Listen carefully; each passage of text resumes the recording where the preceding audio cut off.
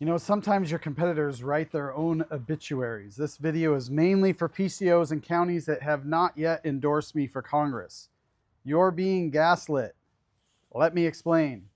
I've been running for this seat for 5 years. Members of the Whig Party will say, "You can't win, Jerrod, you lost twice." Others who choose to engage their brain realize that we did the impossible last cycle by primarying the incumbent. That is hard to do. The rest of the story is that I've built trust, engaged in projects, built relationships in district and in DC, and I've listened. Before I tell you and show you how you're being gaslit, let me explain some history.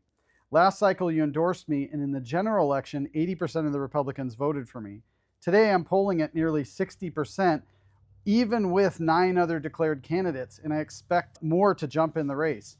Because of the sustained pressure and hard work that we put in, Dan Newhouse has announced his retirement.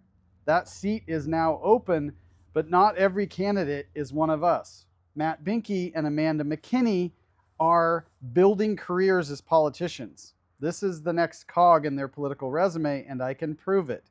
They're insiders playing the game, not outsiders fighting for real change as you and I are. Both supported Dan Newhouse even when we were working to unseat him. They still support and praise Dan Newhouse. Binkie went to the State of the Union, and just yesterday, McKinney was praising Newhouse at a breakfast meeting. But here is the part that neither of them can escape, and you certainly better not ignore. On May 29th in Issaquah, the Washington mainstream Republican group, a group led by a Democrat named Deanna Martinez, is holding a debate. You heard that correctly. An organization called Mainstream Republican is led by and chaired by a Democrat. This is the same swamp crowd that backed Dan Newhouse for years. Well, they've invited Binkie and McKinney. Here's the printout from that was handed to me this morning. Unsurprisingly, they didn't invite me. They are hosting a debate on the 4th Congressional District while forgetting to invite the guy who's leading the polls. You may not be able to make this stuff up, but we better start to take it serious because we are sitting at the doorway where many of our neighbors will be misled into voting for yet another squishy politician, while we live in the most conservative district on the West Coast. You can see as well as I can where their loyalties really lie. We do not need to wait any longer. There is no need for more delay. The true conservative fighter in this race is right here. It is time for once again to endorse Jerrod Sessler and make sure no moderate Newhouse proxy has a remote chance to occupy this seat. Some of you are questioning why Trump's team endorsed another candidate after Trump already reconfirmed his loyalty to me. You may recall that you asked the same question last cycle when the same people endorsed Tiffany Smiley.